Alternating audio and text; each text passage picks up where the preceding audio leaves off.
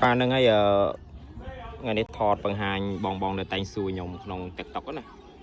គាត់ថា65ទិញមកបានអីខ្លះបងបាទបានគប់មួយបាទបានគប់វាយដីបាទប្រវែង2ម៉ែត្រ2នេះមួយហើយផាល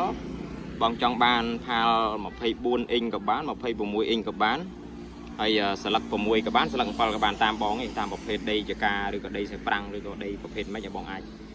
ជ្រើសរើសតាមនឹងបានណាបាទមានផាលមានគប់ហើយនឹងបាប៉ែលមុខបាទ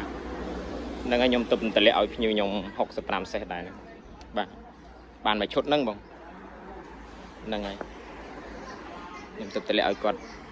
បាទនៅខាងកំពង់ធំ